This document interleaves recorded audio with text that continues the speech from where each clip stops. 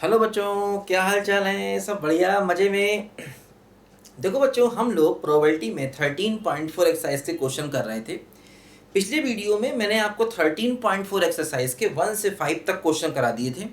और उसके पहले मैंने आपको 13.1, 13.2, 13.3 सारी एक्सरसाइज करा दी हैं। सबके वीडियो अपलोडेड है, उनको देख लीजिए। और प्रोबेबिलिटी की कंप्लीट थ्योरी के वीडियो भी अपलोड मैंने कर दिए हैं, उनको पहले अच्छे से देख लीजिए। प्लेलिस्ट पे जा करके प्रोबेबिलिटी का आपको सारा मैटर मिलेगा, उसको अच्छे से देख लीजिए, तब इस वीडियो पर आइए। देखो बच्चों, 13.4 एक्सरसाइज में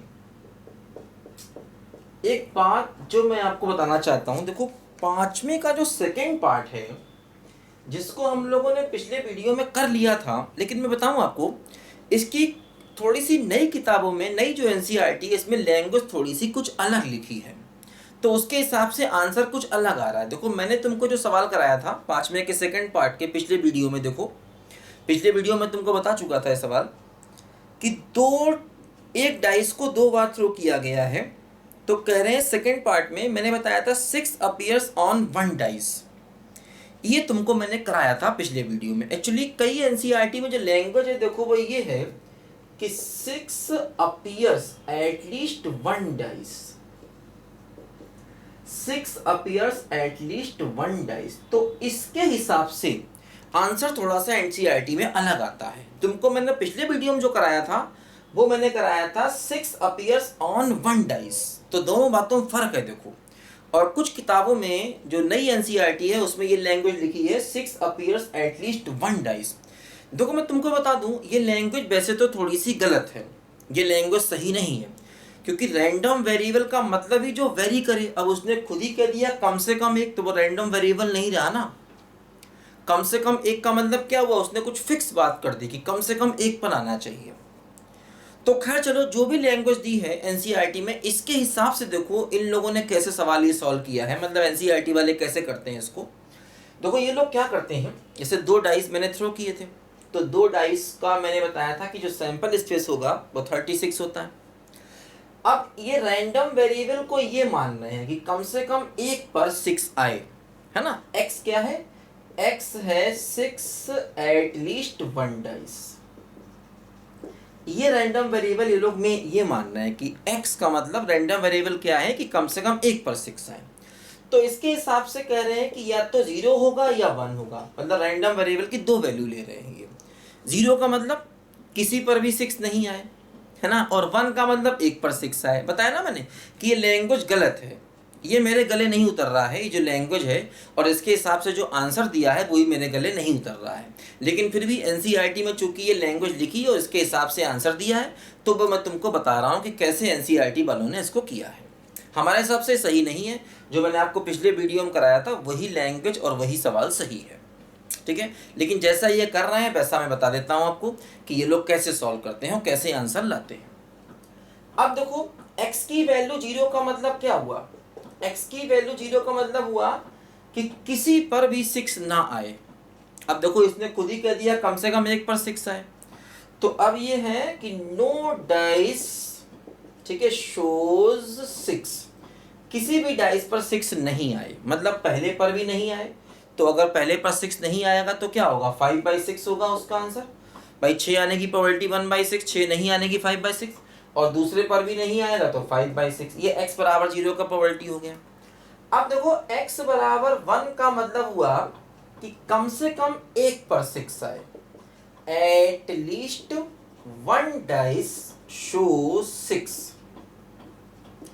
अब इसका मतलब कम से कम एक डाइस पर 6 आए, तो इसका मतलब हो सकता है किसी पर ना आए, जैसे कि पहले पर भी ना आए, सॉरी कम से कम एक पर आए, इसका मतलब या तो एक पर आए या दो पर आए। कम से कम एक डाइस पर 6 आए, इसका मतलब या तो एक पर आएगा या दो पर आएगा। मान लो पहले पर 6 आया तो 1/6, दूसरे पर नहीं आया तो 5/6, या पहले पर 6 नहीं आया तो 5/6, दूसरे पर आया तो 1/6। इसका मतलब पहले पर 6 आया, दूसरे पर नहीं आया। ये क्या है, पहले पर नहीं आया, दूसरे पर आया। तो इसका मतलब यहाँ पर पहले पर 6 आया, ठीक है, यहाँ पर दूसरे पर 6 आया। अब ऐसा भी हो सकता है कि दोनों पर 6 आ जाए।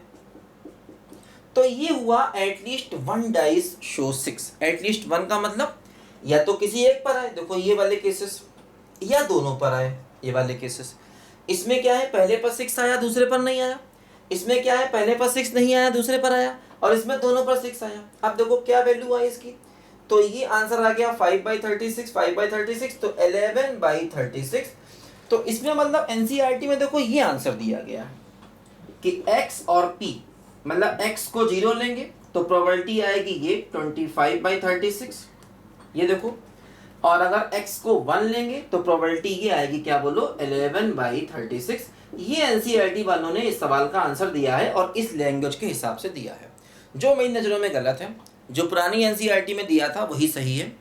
क्या मैंने बताया था कि ठीक है, 6 अपीयर्स ऑन 1 डाइस, जो मैंने पिछले वीडियो में बताया था। पिछले वीडियो में मैंने बताया था 6 अपीयर्स ऑन 1 डाइस। तो उसमें क्या था कि मैंने आपको वैल्यूज देके बताई थी कैसे कैसे हो सकता है, कि या तो x बराबर 0 होगा, या x1 होगा, या x2 होगा। ठीक है ना, तो इस बात को जरा लिख लो यहाँ पर अच्छे से और समझ भी लो। ठीक है, लिखो जल्दी बच्चों इसको,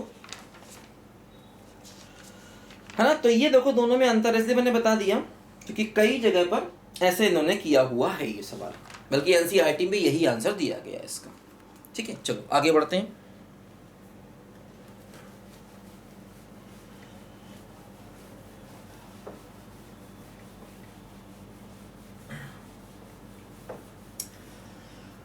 क्वेश्चन नंबर 6 करते हैं बच्चों। देखो 6 क्वेश्चन में क्या है, 30 बल्ब्स हैं इन विच 6 डिफेक्टिव हैं, 6 डिफेक्टिव है, टोटल 30 बल्ब है। तो मतलब 6 हो गए डिफेक्टिव और 24 क्या हो गए बोलो, non defective.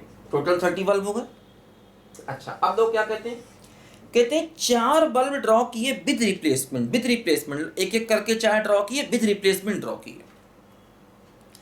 Find the probability distribution of number of defective bulbs. तो रैंडम वेरिएबल क्या हो गया, रैंडम वेरिएबल हो गया नंबर ऑफ डिफेक्टिव बल्ब्स। अब देखो ये रैंडम वेरिएबल है ना, क्योंकि समझो इसमें कुछ उसने दिया नहीं गया है, ये नहीं कहा गया कि एक पर डिफेक्टिव है, उसने कहा कि नंबर ऑफ डिफेक्टिव बल्ब्स। तो अब वो डिफेक्टिव बल्ब 0 भी हो सकता, 1 भी हो सकता, 2 भी हो सकता, 3 भी हो सकता, 4 भी हो सकता। बात समझे ना, क्योंकि देखो रैंडम वेरिएबल का मतलब ही जिसकी वैल्यू वेरी करे। तो कितने बल्ब लिए हैं, 4 बल्ब लिए हैं। तो 4 में मतलब हो सकता है 0 डिफेक्टिव हो सकता है 1 डिफेक्टिव हो, 2 डिफेक्टिव हो, 3 डिफेक्टिव हो, 4 डिफेक्टिव हो सकता है। अब मान लो अगर मैं प्रोबेबिलिटी x बराबर 0 लेता हूं, मतलब कोई भी डिफेक्टिव बल्ब नहीं, समझो कोई भी डिफेक्टिव बल्ब नहीं। तो देखो मैंने बताया था बच्चों कि ये विद रिप्लेसमेंट वाला केस है, और मैंने बताया था विद रिप्लेसमेंट वाला केस जो है बेटा, वो हम लोग प्रोबेबिलिटी डिस्ट्रीब्यूशन से करते हैं, है ना। देखो बेटा मैं बार बार कह रहा हूँ कि इस सवालों को करने से पहले इसकी थ्योरी का वीडियो अच्छे से पढ़िए, सारे वीडियो अपलोडेड हैं, प्लेलिस्ट पे जाइए, अच्छे से पढ़िए, सब कुछ समझ में आएगा। लेकिन शॉर्टकट मत अपनाओ, शॉर्टकट अपनाओगे टॉपिक थोड़ा टफ है बेटा, ये जल्दी दिमाग में नहीं जाएगा। तो अच्छे से अगर समझना है तो इसके सारे वीडियोस को पहले देख लो जो अपलोडेड है, सब कुछ समझ में आएगा। ठीक है ना। तो ऐसे सवालों को मैंने बताया था विद रिप्लेसमेंट वालों को इस फॉर्मूले से करते हैं, NCR P की पावर R Q की पावर N माइनस R। ठीक है, तो देखो यहाँ पर P क्या है, P है डिफेक्टिव बल्ब का आना, डिफेक्टिव बल्ब का आना P है, जो क्या होगा 6 डिफेक्टिव है तो 6 में से कोई एक लिया, टोटल 30 है, 30 में से कोई एक लिया, तो ये क्या होगा 6/30 होगा, तो 1/5 होगा डिफेक्टिव बल्ब का आना। और Q क्या होता है, Q होता है 1 माइनस स्मॉल p, तो 1 माइनस 1/5 तो 4/5, ये हो गया Q। अब हम चाहते हैं कि कोई भी डिफेक्टिव ना हो, x बराबर 0 का मतलब कोई डिफेक्टिव ना हो, टोटल 4 लिए, तो n की वैल्यू हो जाएगी 4। और पहले वाले में कोई डिफेक्टिव ना हो तो इसका मतलब पहले वाले में r हो जाएगा 0, तो 4C0 p की पावर 0 q की पावर 4 माइनस 0। तो ये हुआ कोई भी डिफेक्टिव ना आने की प्रोबेबिलिटी। मैंने बताया बेटा कि ये बाइनोमियल डिस्ट्रीब्यूशन से केस होते हैं जिसमें हम चीज़ों को विद रिप्लेसमेंट करते हैं, ध्यान दो। ठीक है, तो अब इसकी वैल्यू हम निकाल सकते हैं, 4C0 p की पावर 0, 4C0 की वैल्यू 1 हो गई, p की पावर 0 1 हो गया, q की पावर 4, q क्या है बोलो 4/5 की पावर हो गया 4। ठीक है, अच्छा फिर देखो प्रोबेबिलिटी x बराबर 1, x बराबर 1 का मतलब हम एक डिफेक्टिव चाहते हैं, एक डिफेक्टिव का मतलब r की वैल्यू 1 लेनी है, n तो 4 ही रहेगा, तो r की वैल्यू 1 लेनी है, 4c1, इसमें r की वैल्यू 1 रखो, p की पावर 1, q की पावर 4 माइनस 1 यानी कि 3। अब इसकी वैल्यू निकाल लेंगे, 4c1 4 होता है, p मतलब कितना हो गया 1/5 और q कितना हो गया 4/5 की पावर 3। अब देखो x बराबर 2 का मतलब क्या हो गया, दो डिफेक्टिव का मतलब r की वैल्यू 2 लेनी है, तो 4c2 p की पावर 2 q की पावर 2, 4c2 की वैल्यू कितनी होगी 6 होगी, तो 6 इंटू पी स्क्वायर, पी का मतलब क्या हुआ 1/5 का स्क्वायर और क्यू का मतलब क्या हुआ बोलो 4/5 का स्क्वायर। इसी प्रकार x बराबर 3 लेंगे तो r की वैल्यू 3 ले लेंगे, 4c3 p की पावर 3 q की पावर 1, और इसी प्रकार x बराबर 4 लेंगे तो r की वैल्यू 4 लेंगे, 4c4 p की पावर 4 q की पावर 0 और p और q की वैल्यू रख देंगे। तो ये हमारा प्रोबेबिलिटी डिस्ट्रीब्यूशन हमको बच्चों मिल जाएगा। ध्यान दो, ऐसे हमें ये क्वेश्चन करना होता है और ये सवाल बहुत इंपॉर्टेंट होता है, ध्यान रखना। विद रिप्लेसमेंट वाला केस ये बहुत बहुत बहुत इंपॉर्टेंट होता है, ध्यान रखना। तो इस तरीके से बच्चों हमें ये वाला क्वेश्चन यहाँ पर करना होगा। लिखो जरा बच्चों ध्यान से फटाफट जल्दी पहले, ठीक है। तो x बराबर 0 की प्रोबेबिलिटी है, x बराबर 1 की, x बराबर, चाहे तो वो टेबल बना के लिख लो, 0 p x लिख लो, p लिख लो, चाहे तो टेबल बना के कर लो, ऐसे एनसीईआरटी में उस टाइप से आंसर उन्होंने दिया गया है, तो वैसे भी आप कर सकते हो। चलो लिखो जल्दी से।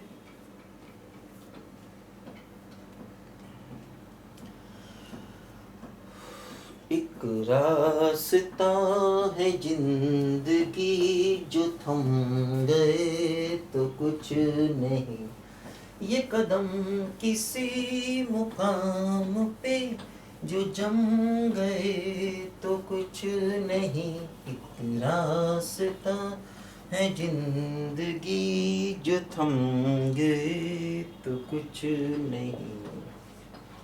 देखो सातवां क्वेश्चन, एक कॉइन इज बाइस्ड, बाइस्ड का मतलब नॉर्मल कॉइन नहीं है, कुछ बिगड़ा हुआ है, ठीक है, खोटा सिक्का खोटा सिक्का दोनों तरफ से ही खोटा होता है, याद है शोले का डायलॉग भैया, सिक्कों और आदमी में यही एक फर्क होता है अभी तुम क्या जानोगे यार, ये शोले पिक्चर है, समझे नहीं। एक coin is biased so that head is 3 times as likely to occur as tail, मतलब हेड आने की जो प्रोबेबिलिटी है वो 3 टाइम्स है टेल आने की प्रोबेबिलिटी की, ठीक है।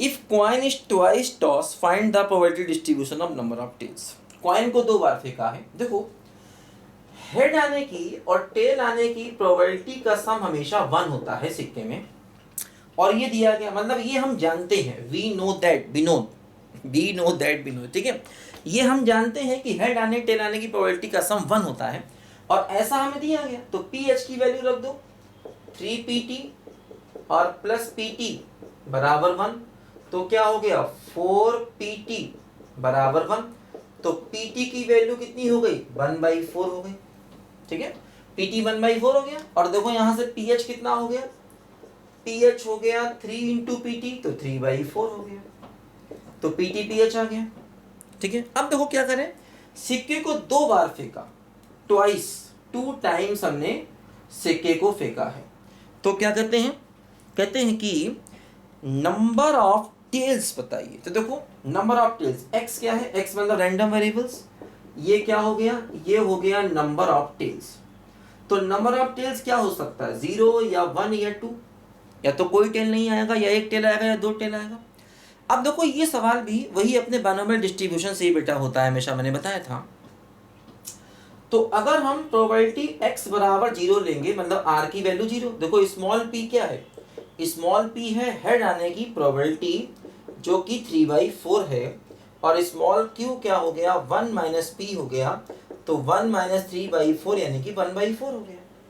तो फार्मूला क्या होता है NCR p की पावर r q की पावर n माइनस r।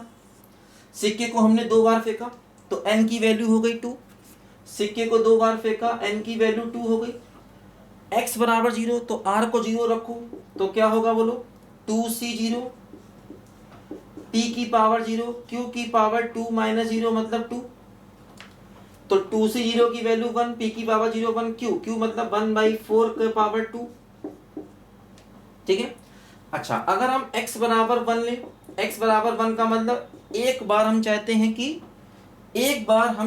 कि हेड आए, सॉरी टेल आने की। हो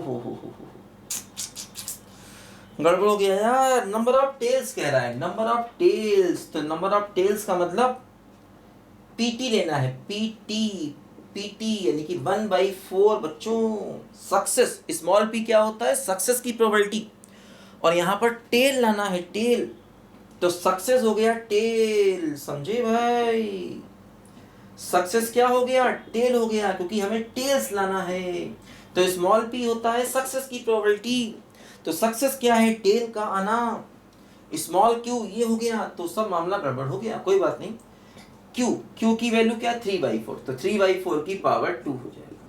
अब देखो x बराबर 1, तो r की वैल्यू 1 लेनी है, n तो 2 ही रहेगा क्योंकि 2 बार फेंका, तो n को 2, r को 1 रखो, तो 2c1 p की पावर 1 और q की पावर 2 - 1 यानी कि 1, 2c1 2 हो गया, p मतलब 1/4 और q मतलब कितना हो गया, 3/4। अब देखो x बराबर 2, 2 बार सक्सेस चाहिए, तो r की वैल्यू 2, तो 2c2 p की पावर 2 q की पावर 0, 2c2 1 p स्क्वायर का मतलब 1/4 का स्क्वायर। तो देखो बच्चों ये आ गया हमारा प्रोबेबिलिटी का डिस्ट्रीब्यूशन। ये x बराबर 0 पर प्रोबेबिलिटी ये, x बराबर 1 पर प्रोबेबिलिटी ये, और x बराबर 2 पर बच्चों प्रोबेबिलिटी देखो यहाँ पर ये आ गया। यही देखो हमें यहाँ पर करना है, ठीक है। हम चाहते हैं कि टेल जो है वो 0 बार आए, 1 बार आए या 2 बार आए। तो टेल अगर 0 बार आएगा तो प्रोबेबिलिटी देखो हमको यहाँ पर ये मिल गई, ठीक है, 9/16। टेल 1 बार आएगा तो प्रोबेबिलिटी देखो ये मिल गई, ये 6/16 हो गया, और ये हो गया 1/16। टेल 2 बार आने की प्रोबेबिलिटी, टेल का आना सक्सेस है। और स्मॉल पी क्या होता है, स्मॉल पी होता है सक्सेस की प्रोबेबिलिटी, और स्मॉल क्यू क्या होता है, 1 - स्मॉल पी। बस समझे ना। तो स्मॉल पी क्या है, सक्सेस की प्रोबेबिलिटी है ना, सक्सेस क्या है, टेल का आना, क्योंकि नंबर ऑफ टेल्स इसने कहा है, ठीक है ना। चलो आगे बढ़ते हैं।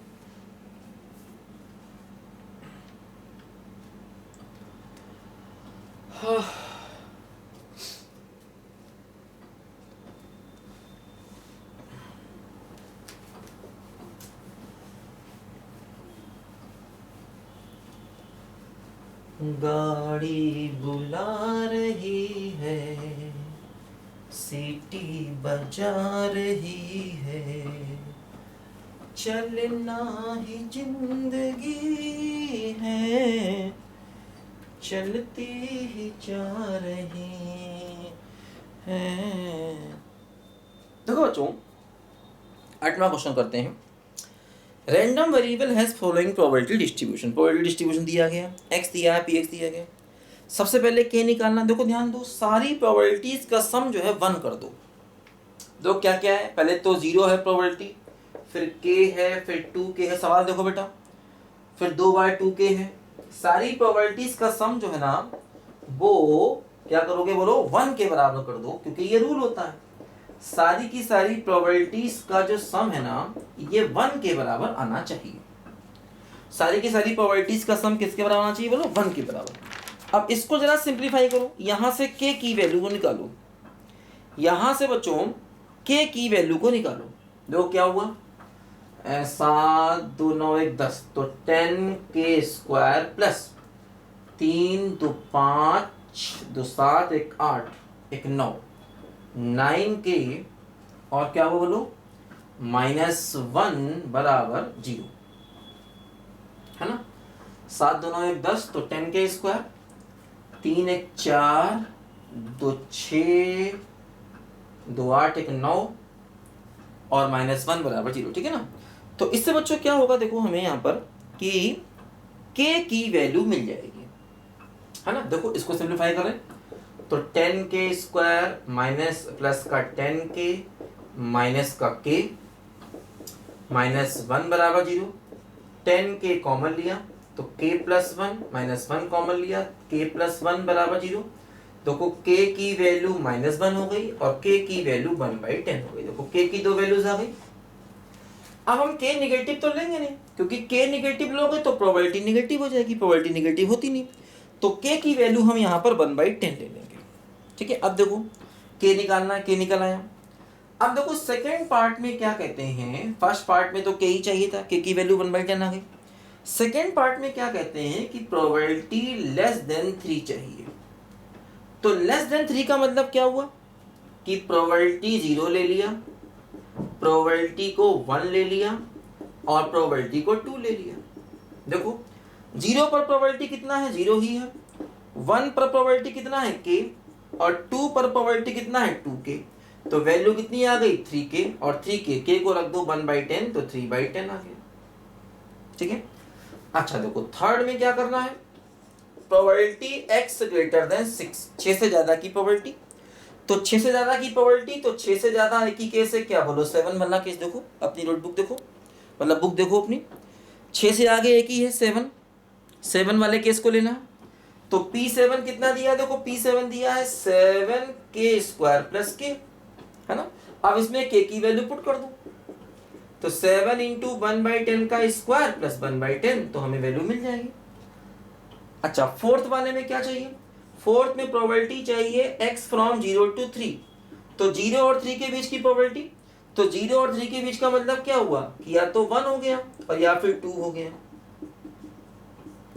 अब x बराबर 1 पर प्रोबेबिलिटी कितनी है, k, और x बराबर 2 पर प्रोबेबिलिटी कितनी है, 2k।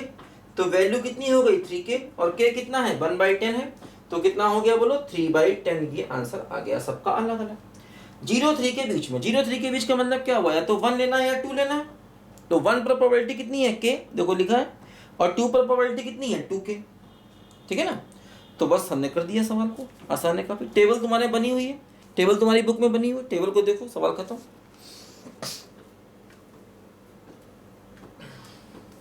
अच्छा 9 क्वेश्चन करते हैं, चलो।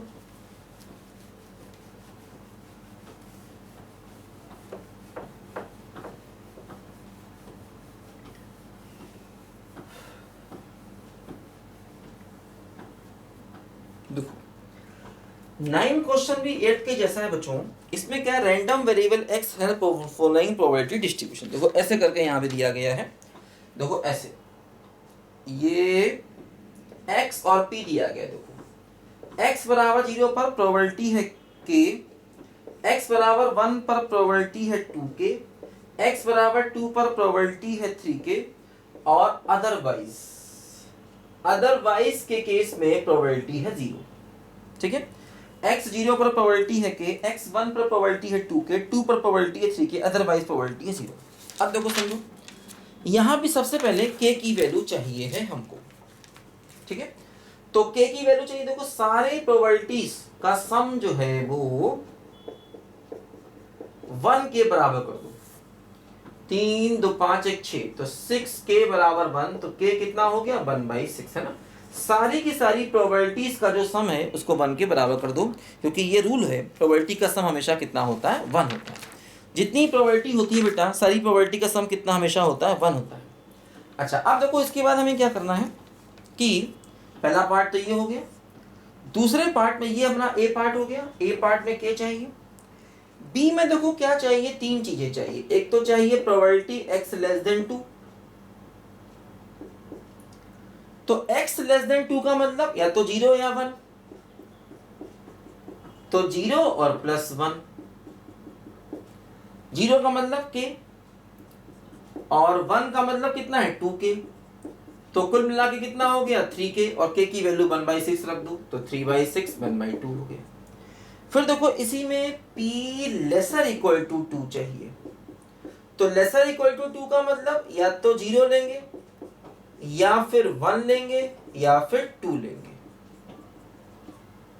क्या समझे, लेसर इक्वल टू 2 का मतलब 0 1 या 2 सारे केस ले सकते हैं, क्योंकि 0 है या 1 है या 2 है। ठीक है। तो 0 पर प्रोबेबिलिटी कितनी है, k, 1 पर प्रोबेबिलिटी कितनी है, 2k, और 2 पर प्रोबेबिलिटी कितनी है, 3k।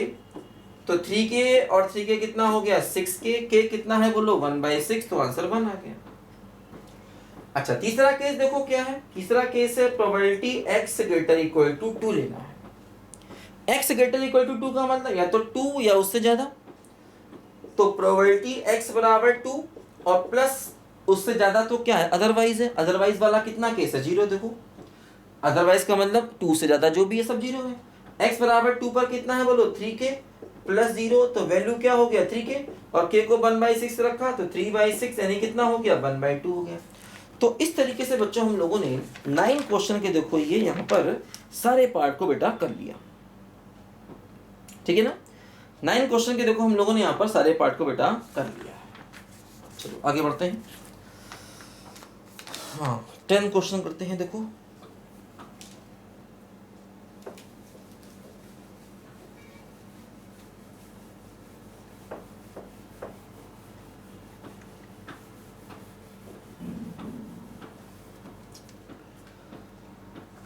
देखो बेटा 10 क्वेश्चन क्या है, find the mean number of heads in 3 tosses of a fair coin. मतलब एक कॉइन को 3 बार फेंका गया तो मीन निकालना है किसका, नंबर ऑफ हेड्स का।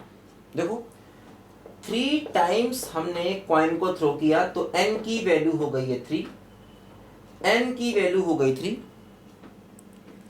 मीन नंबर ऑफ हेड्स तो मतलब रैंडम वेरिएबल जो है वो नंबर ऑफ हेड्स है। x क्या है बोलो, number of heads. Random variable क्या है बोलो, नंबर ऑफ हेड्स है, ठीक है। और मीन चाहिए। देखो बच्चों जब आप एक कॉइन को बार बार फेंकते हो तो ये बाइनोमियल डिस्ट्रीब्यूशन का केस होता है ना। जब एक कॉइन को बार बार फेंकोगे, एक डाइस को बार बार फेंकोगे, ये सब बेटा मैं डिटेल से पढ़ा चुका हूँ, इसलिए बार बार कह रहा हूँ एक बार थ्योरी को जरूर पढ़ो। ये सब मैं डिटेल से समझा चुका हूँ, सब डिटेल से पढ़ा चुका हूँ, एक बार थ्योरी के वीडियो पर जाओ, थ्योरी जरूर पढ़ो। तो बच्चों मीन क्या होता है, मीन होता है एनबी, क्योंकि ये प्रोबेबिलिटी डिस्ट्रीब्यूशन का केस है। क्योंकि प्रोबेबिलिटी डिस्ट्रीब्यूशन का मतलब जब इवेंट सेम कंडीशन में बार बार होती है, एक डाइस को बार बार फेंको, एक कॉइन को बार बार फेंको, या एक डिब्बे में से गेंदे निकालो विद रिप्लेसमेंट, तो ये सब बाइनोमियल डिस्ट्रीब्यूशन के केस होते हैं। तो इसमें मीन अगर चाहिए तो n इंटू पी होता है, जहां पर n हो गया 3 और p क्या हो गया, नंबर ऑफ हेड्स की वैल्यू कितनी है 1/2, क्योंकि स्मॉल p का मतलब हेड का आना, हेड का आना 1/2, तो आंसर कितना हो गया 3/2। स्मॉल p का मतलब क्या हो गया, हेड आने की प्रोबेबिलिटी, और हेड आने की प्रोबेबिलिटी क्या होती है 1/2 होती है, ठीक है। तो इसलिए ये इसका मीन का आंसर आ गया डायरेक्ट। लेकिन देखो जैसे अगर ये सवाल लंबे नंबर्स में आए, ज़्यादा नंबर में आए, तो ऐसे नहीं करना, थोड़ा डिटेल से कर देना। डिटेल मतलब देखो कैसे, जैसे कि 3 बार फेंका, हेड चाहिए, तो हेड हो सकता है 0 बार आए, या 1 बार आए, या 2 बार आए, या 3 बार आए। क्योंकि अगर आप 3 बार फेंकोगे तो हेड 0 बार, 1 बार, 2 बार या 3 बार आ सकता है। तो वही बाइनोमियल डिस्ट्रीब्यूशन से करना।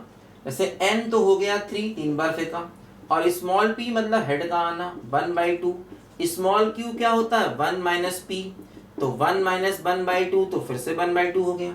तो अगर हम x बराबर 0 लेते हैं, इसका मतलब r की वैल्यू 0 हो गई, n हो गया 3, तो क्या हो गया 3c 0, p की पावर 0, q की पावर 3 माइनस 0 मतलब 3, ये हो गया 1, ये हो गया 1, तो q की पावर 3, q मतलब 1/2 की पावर 3, तो 1/8 हो गया। अब देखो अगर हम x को 1 ले, x को 1 लेने का मतलब हम एक बार हेड चाहते हैं, x को 1 लेने का मतलब बच्चों एक बार हेड चाहते हैं, एक बार हेड चाहते हैं मतलब r की वैल्यू 1 लेनी है, तो n तो यही रहेगा। क्या फार्मूला होता है भाई, NCR p की पावर r q की पावर n माइनस r, तो n तो 3 है, r हो गया 1, तो 3c1, p की पावर कितना हो गया बोलो 1, और q की पावर कितना हो गया 2, 3c1 की वैल्यू 3, p की पावर 1 यानी कि 1/2, q की पावर 2 यानी कि 1/4, तो क्या हो गया 3/8 हो गया। अब इसी प्रकार x बराबर 2 लोगे तो क्या होगा 3c2, r की वैल्यू 2, p की पावर 2, q की पावर 1, मैं समझे बोलो बच्चों। तो 3c2 की वैल्यू 3 हो गई, p स्क्वायर का मतलब 1/4 हो गया, q की पावर 1 का मतलब 1/2 हो गया, तो ये 3/8 हो गया। और x बराबर 3 का मतलब तीनों बार हेड चाहते हैं, तो r की वैल्यू हो गई 3, p की पावर 3, q की पावर 0, ये 1 तो p की पावर 3, p की पावर 3 का मतलब कितना हो गया 1/8 हो गया। तो अब देखो जैसे इस तरीके से अगर हम मीन को निकालें, इस तरीके से अगर मीन निकालें तो मीन क्या होता है बोलो, मीन का फार्मूला क्या होता है बच्चों, मीन का फार्मूला होता है x1 p1 x2 p2 से लेकर एंड सो ऑन। अब देखो सबसे पहले x की वैल्यू कितनी है 0, और ये तो 0 इंटू प्रोबेबिलिटी 1/8, x की वैल्यू 1, तो 1 इंटू प्रोबेबिलिटी कितनी है 3/8। फिर देखो x की वैल्यू 2 और प्रोबेबिलिटी कितनी है 3/8। फिर x की वैल्यू 3 और प्रोबेबिलिटी कितनी है 1/8। तो क्या हुआ बोलो, ये तो हो गया 0, ये हो गया 3/8, ये हो गया 6/8 और ये कितना हो गया बोलो 3/8। तो कितना बना देखो 6 3 9 3 12, 12/8 का मतलब कितना हो गया 3/2। देखो वही मीन आ गया जो हमने यहाँ पर चुटकियों में निकाल दिया था, चुटकियों में शॉर्ट में निकाल दिया था, वही देखो आंसर आया क्या बोलो 3/2, वही मीन का आंसर आया।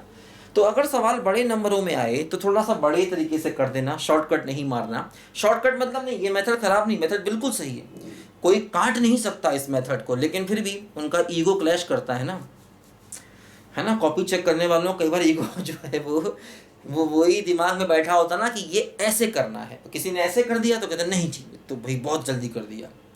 तो इसलिए थोड़ा सा है ना, 12th में वैसे भी ध्यान रखना बेटा, जितनी थ्योरी लिख पाओ, जितनी इसमें भाषा लिख पाओ। अब ऐसे मैंने कहा कि x बराबर 0 1 2 3 होगा, तुम थोड़ी भाषा लिख दो हेड में अकर 0 टाइम्स 1 टाइम्स 2 टाइम 3 टाइम। अब मैंने लिख दिया p बराबर x बराबर 0, तुम लिख दो probability when no head comes out, probability when one head come out. थोड़ी जी लैंग्वेज लिख दो तो अच्छा ही है, बल्कि थोड़ी क्या, जितनी लैंग्वेज लिख पाओ उसमें लिख डालो, लेकिन हाँ मैथमेटिकली सही होना चाहिए, ठीक है। तो समस्या आजकल यही हो गई है कि मतलब मैथ्स में भी अंग्रेजी चल रही है हर जगह, है ना। बच्चे को मैथ्स कम पढ़ाया जाता है, अंग्रेजी ज़्यादा पढ़ाई जाती है, ठीक है। हाउ विल यू डिवाइड कैसे करोगे इसका प्रोसीजर लिखो, प्रोबेबिलिटी कैसे निकालोगे इसका प्रोसीजर लिखो, सवाल मत करो, उसको भाषा में लिख डालो बस, ठीक है ना। तो आजकल मैथ्स के नाम पर यही चल रहा है हर जगह, जो गलत है, इसीलिए मैथ्स कमज़ोर हो रही है, तभी हमारी टेक्नोलॉजी इतनी पीछे चली गई। आप देखो हमारे IITs का कहीं नाम नहीं है यार पूरे वर्ल्ड लेवल में, ठीक है ना। क्या बताया जाए, मतलब कमी तो हर जगह है ना। मैथ्स में भाषा चल रही, मैथ्स में अंग्रेजी चल रही हर जगह, ठीक है। मैथ्स कम पढ़ो, अंग्रेजी ज़्यादा लिखो, ठीक है ना। उसी की इतनी मोटी मोटी फीस हमसे ली जाती है महंगे महंगे स्कूलों में अंग्रेजी के नाम पर। और HD सर की मैथ फ्री है देखो, है ना, समझ गए ना। एक बार पढ़ लिया तो लाइफ बन जाएगी, समझ लो, ऐसी मैथ्स है बेटा, ये HD सर की मैथ्स सही है, ठीक है। चलो खैर, अच्छा देखो ये भी 11 क्वेश्चन भी वही है, 2 डाइस वाला सवाल है। देखो ये 2 डाइस वाला क्वेश्चन है, इसमें भी एक्सपेक्टेशन का मतलब वही मीन होता है, एक्सपेक्टेशन का मतलब बच्चों मीन से ही होता है, ध्यान देना, ठीक है। एक्सपेक्टेशन का मतलब बेटा मीन ही होता है। देखो 2 डाइस को फेंका है, हाँ देखो एक डाइस को 2 बार फेंकें या 2 डाइस को 1 बार फेंकें, बात बराबर होती है, ध्यान रखना। जैसे 3 कॉइन को 1 बार फेंकें, 1 कॉइन को 3 बार फेंकें, बात बराबर होती है। एक डाइस को 3 बार फेंकें, 3 डाइस को 1 बार फेंकें, बात बराबर होती है। ये मैंने समझाया था पहले भी आपको ये सब बातें। देखो अब जैसे 2 डाइस को फेंका गया तो x क्या है, नंबर ऑफ सिक्सेस है, मतलब x मतलब रैंडम वेरिएबल क्या है, ये है नंबर ऑफ सिक्सेस। तो हमें एक्सपेक्टेशन मतलब मीन चाहिए, तो फिर वही चीज है, देखो x की वैल्यू क्या हो सकती है 0 1 या 2, क्योंकि 2 डाइस को आप फेंक रहे हैं, तो हो सकता किसी पर 6 ना आए, हो सकता 1 पर 6 आए, हो सकता 2 पर 6 आए। x बराबर 0 का मतलब किसी पर 6 ना आए, x बराबर 1 का मतलब 1 पर 6 आए, x बराबर 2 का मतलब दोनों पर 6 आ जाए, ठीक है। अब देखो फिर वही चीज़ है क्या, इसको हम वैसे कर सकते हैं NCR वाले फार्मूले से, या देखो ऐसे भी कर सकते हैं, देखो डायरेक्ट भी कर सकते हैं कि n की वैल्यू कितनी है 2 और p कितना है 6 आने की प्रोबेबिलिटी यानी कि 1/6, तो n इंटू पी करोगे तो 2 इंटू 1/6 वैल्यू कितनी हो गई 1/3। ये हमारे मीन का आंसर आ गया, देखो direct n into P. Binomial distribution का केस है ना, बाइनोमियल डिस्ट्रीब्यूशन में मीन क्या होता है n इंटू पी होता है। n का मतलब जितने बार आप चीज़ों को रिपीट कर रहे हो, p का मतलब एक बार में सक्सेस की प्रोबेबिलिटी, तो स्मॉल p क्या है बोलो 6 का आना। अब देखो ऐसे भी कर सकते हो कि x बराबर 0 का मतलब कोई भी 6 ना आए, कोई भी 6 ना आए का मतलब पहले पर भी 6 ना आए और दूसरे पर भी 6 ना आए। NCR से भी कर सकते हो, n की वैल्यू 2 ले लो, r की वैल्यू 0, NCR से भी कर सकते हो, ठीक है। n की वैल्यू ले लो 2 और पहले में r ले लो 0 और स्मॉल p हो गया 1/6, स्मॉल q क्या हो गया 1 - 1/6 यानी कि 5/6। एनसीआर से भी कर सकते हो। अच्छा x बराबर 1 का मतलब, x बराबर 1 का मतलब 1 पर 6 आए, तो 1 पर 6 आए का मतलब मान लो पहले पर नहीं 6 आया दूसरे पर आया, या उल्टा हो सकता है पहले पर 6 आया दूसरे पर नहीं आया, ऐसा भी हो सकता है। ठीक है, इसको भी ऐसे ही कर सकते हो डायरेक्ट चाहे तो। n की वैल्यू 2, r बराबर 1 लेना होगा, इसमें n बराबर 2 r बराबर 1 लेना होगा, बात वही है। बिल्कुल वैसे समझो कि जैसे एक डाइस को 2 बार फेंका गया है ना, एक डाइस को 2 बार फेंकोगे तो n बराबर 2, r0 का मतलब कोई 6 नहीं आए, r1 का मतलब एक बार 6 आए। अच्छा x बराबर 2 का मतलब दोनों पर 6 आए, दोनों पर 6 आए तो पहले पर भी 6 आए दूसरे पर भी 6 आए, है ना। इसमें क्या है, एक पर 6 आए तो पहले पर 6 नहीं आया दूसरे पर आया, या पहले पर 6 आया दूसरे पर नहीं आया। अब देखो इसमें ये प्रोबेबिलिटी कितनी हो गई 25/36, ये प्रोबेबिलिटी कितनी हो गई 10/36, और ये प्रोबेबिलिटी कितनी हो गई 1/36। अब देखो मीन कैसे होता है, x1p1 plus x2p2 and so on. देखो x1 की वैल्यू 0 और p1 का मतलब ये 25/36, x1 की वैल्यू 1 और p2 का मतलब ये 10/36। देखो ये 2 और इंटू 1/36, तो ये क्या हो गया 0, 10/36 और कितना हुआ बोलो, ये हुआ 2/36, तो क्या हुआ बोलो 12/36, यानी कि कितना हो गया 1/3। वही देखो हमने डायरेक्ट निकाल दिया था एक लाइन में इसका आंसर, यही देखो हमने n इंटू पी डायरेक्ट कर दिया था। और यही सब काम तुम एनसीआर से भी कर सकते हो, क्योंकि अगर आप एक डाइस को 2 बार फेंके हैं, 2 को एक साथ फेंकें तो प्रोबेबिलिटी में बात बराबर है, ठीक है ना।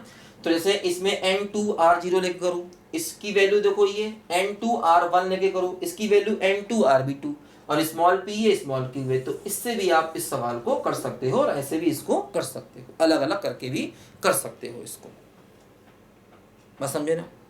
तो कई तरीके से कर सकते हो, और ये सब मैं बता चुका हूँ आपको थ्योरी में, बार बार ये सब बता चुका हूँ, है ना, बार बार मैंने समझाया। बेटा प्लीज एक बार थ्योरी पढ़ो पहले, मजा आ जाएगा लाइफ में, लाइफ बदल जाएगी, समझ लेना, ठीक है। चलो खैर,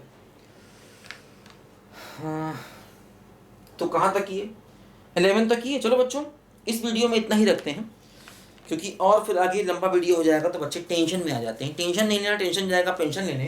तो हम लोग 11 तक किए हैं, अब 12 से लेके 17 तक अगले वीडियो में करेंगे बेटा। तब तक आप बने रहिए, जुड़े रहिए HD सर के साथ में। तब तक के लिए बाय बाय।